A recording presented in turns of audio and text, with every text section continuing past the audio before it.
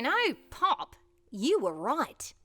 We need to present the ratios in a way that will be easier to understand and won't require so many calculations. Nothing can be done. Comparing fractions with different denominators, it's hard to tell which one is larger. So, let's find a common denominator. But then we'd need all those calculations, and we all know how that goes.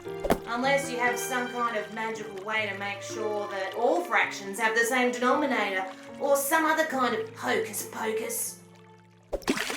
Pop, you're brilliant. Yeah, brilliantly calling Elga to calculate 27-digit denominators. No, wait, think about it. What if we make sure that all fractions have the same denominator? In your dreams. We'll have to choose it carefully, though. A number that is large enough, but not too large. Good luck, sister. Oh, Pop, help me out here. It should be round and easy to remember. I don't know. 100? 100. Perfect. Whatever. Wait, let's give it a try.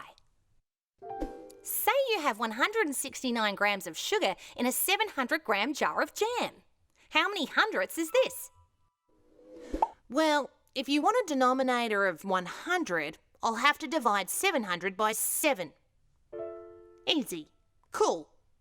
And now, for the numerator, 169 divided by 7 equals... Hello?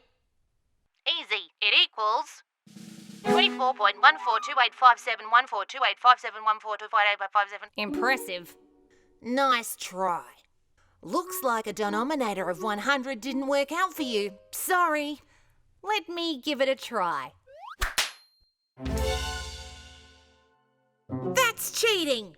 Who's lying to the customers now? Come on, Pop. Do you really think that 0.142857 would make any difference to the customers? You see, this is 24 hundredths.